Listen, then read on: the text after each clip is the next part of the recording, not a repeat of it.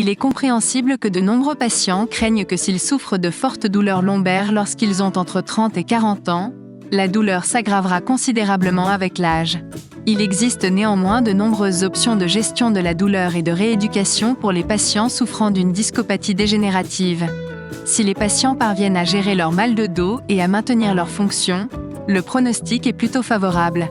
La progression à long terme de la dégénérescence discale implique les protéines inflammatoires présentes dans l'espace discal. Ces protéines finissent par brûler, provoquant un raidissement du disque et une diminution des micro-mouvements générateurs de douleur.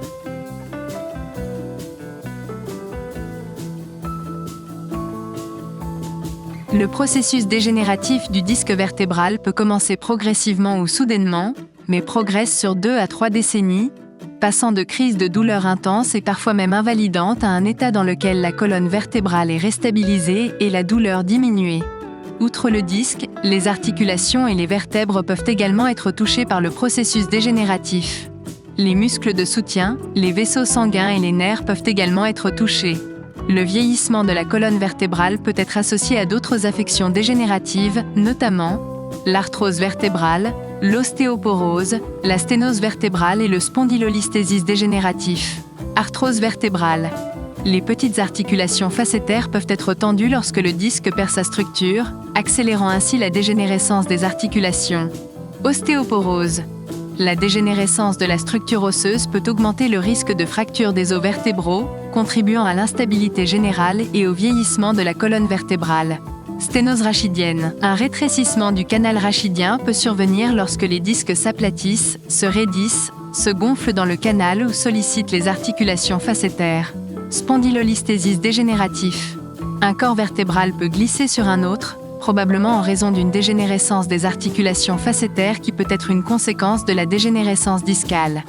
Bien que la discopathie dégénérative elle-même puisse avoir un pronostic favorable, d'autres structures dégénératives peuvent parfois affecter les nerfs ou les vaisseaux sanguins et entraîner une variété de symptômes douloureux.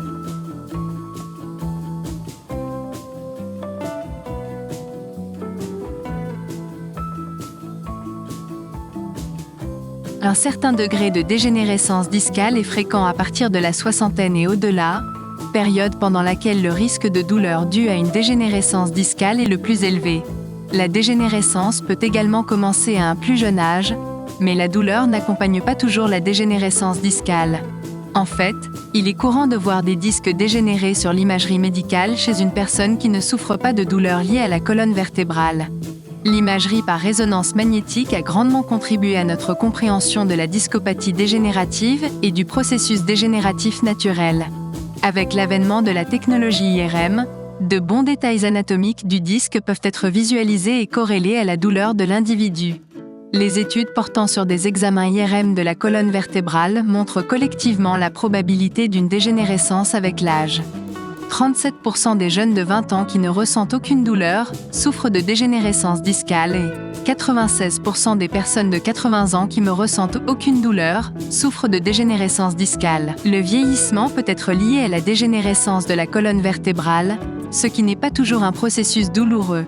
Les professionnels de la santé peuvent déterminer si la dégénérescence discale vertébrale sur une IRM est corrélée aux symptômes cliniques d'une dégénérescence de la colonne vertébrale, comme des douleurs lombaires et une raideur dans le cas d'une discopathie dégénérative lombaire ou des douleurs cervicales et une raideur dans le cas d'une discopathie dégénérative cervicale.